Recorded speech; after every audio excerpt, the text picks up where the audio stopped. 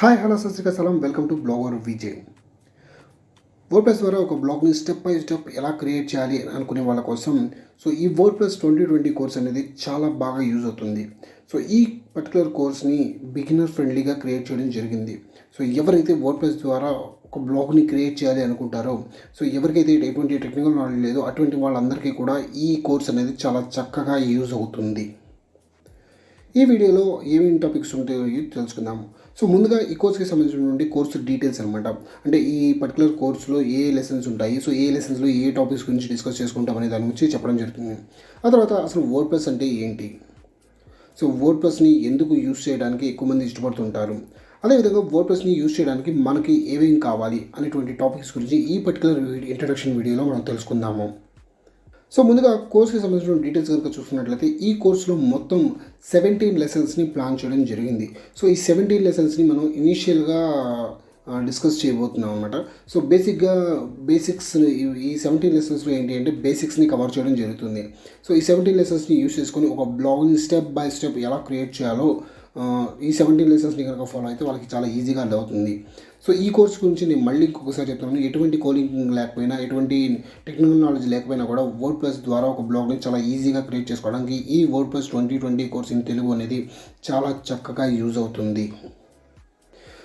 ఇందులో వచ్చేసి ఏంటంటే లెసన్ 1లో వచ్చేసి ఒక డొమైన్ అంటే ఏంటి, ఒక డొమైన్ని మనం ఎలా రిజిస్ట్రేషన్ చేసుకోవాలి అని, అదేవిధంగా లెసన్ 2లో వెబ్ హోస్టింగ్ అంటే ఏంటి, వెబ్ హోస్టింగ్ సర్వీస్ ప్రొవైడర్ని ఎలా సెలెక్ట్ చేసుకోవాలి, లెసన్ 3లో మనం పర్చేస్ చేసిన డొమైన్ని వెబ్ హోస్టింగ్తో ఎలా లింక్ చేయాలి, మన వెబ్ సర్వర్లో వర్డ్ప్రెస్ని ఎలా ఇన్స్టాల్ చేయాలి అనేటువంటి టాపిక్స్ గురించి మనం డిస్కస్ చేయడం జరుగుతుంది. ఈ 3 లెసన్స్ని కూడా మనం ప్రీ ప్రొడక్షన్ వర్క్ అని కూడా మనం అనుకోవచ్చు. లెసన్ 4లో వచ్చేసి ఏంటంటే వర్డ్ప్రెస్కి సంబంధించినటువంటి డాష్ బోర్డ్లో ఏమేమి ఉంటాయి. ఒక డాష్ బోర్డ్ని కనుక మనం అర్థం చేసుకోగలిగితే దాదాపు సాఫ్ట్వేర్ కానీ లేకపోతే ఆ పర్టికులర్ ఇది కానీ మనం చాలా ఈజీగా అర్థం చేసుకోవడానికి అవకాశం ఉంటుంది. అదేవిధంగా లెసన్ 5లో వర్డ్ప్రెస్లో చేంజ్ చేయాల్సినటువంటి సెట్టింగ్స్ ఏంటి. లెసన్ 6లో అండ్ 7 వచ్చేసి వర్డ్ప్రెస్లో చాలా చాలా ఇంపార్టెంట్ అనమాట. వర్డ్ప్రెస్ థీమ్స్ అంటే ఏంటి, ప్లగిన్స్ అంటే ఏంటి, వాటిని ఎలా ఇన్స్టాల్ చేసుకోవాలి, వాటి యొక్క ఇంపార్టెన్స్ ఏంటి అనే వాటి గురించి ఆ పర్టికులర్ లెసన్స్లో మనం డీటెయిల్గా తెలుసుకుందాము.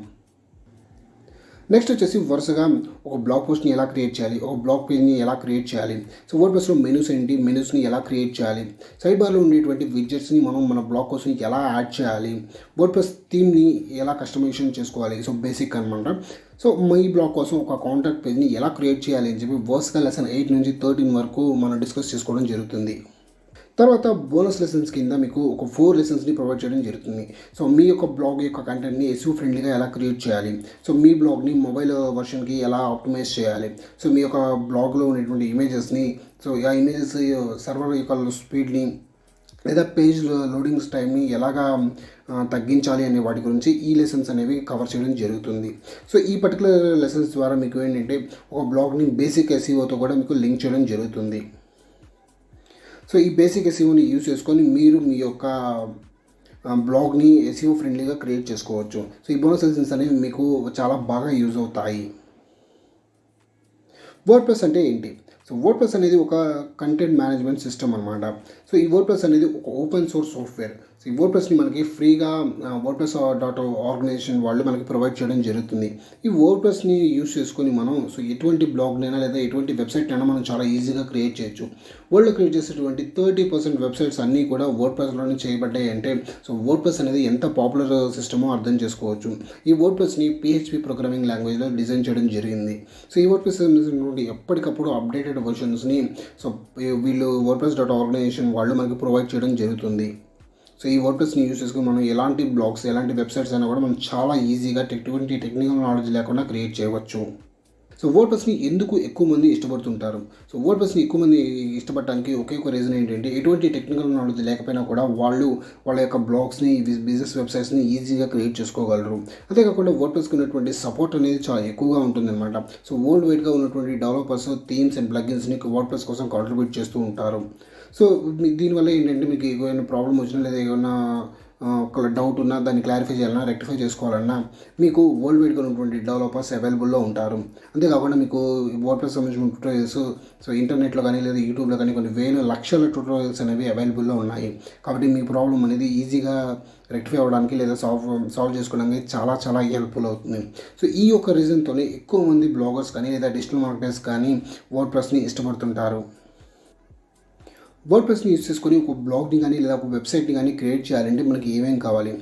మనం ఒక వర్డ్ప్రెస్ బ్లాగ్ని లేదా వెబ్సైట్ని మనం క్రియేట్ చేయాలంటే డెఫినెట్గా మనకి ఒక డొమైన్, అదేవిధంగా కొంత వెబ్ హోస్టింగ్ అనేది కావాలి.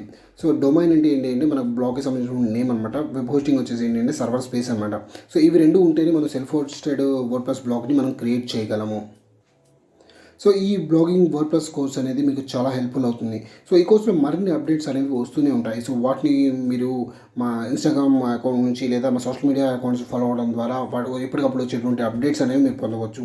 సో ఈ అప్డేట్స్ అనేవి ఎలా ఉంటాయి అంటే, సో థీమ్స్ కానీ లేదా ప్లగిన్స్ కానీ కొత్త థీమ్స్, కొత్త ప్లగిన్స్ సంబంధించినటువంటి అప్డేట్స్ని సో మరిన్ని యూట్యూబ్ ఛానల్లో పబ్లిష్ చేయడం జరుగుతుంది. సో వీటికి సంబంధించిన అప్డేట్స్ ఏంటంటే సోషల్ మీడియా ద్వారా ప్రొవైడ్ చేస్తాము. సో మరిన్ని అప్డేట్స్ కోసం మా యూట్యూబ్ ఛానల్ సబ్స్క్రైబ్ చేసుకోండి. అలాగే మా సోషల్ మీడియా హ్యాండిల్స్ని కూడా ఫాలో అవ్వండి. Thank you for watching. Bye. See you next లెక్చర్లో మళ్ళీ కలుద్దాము.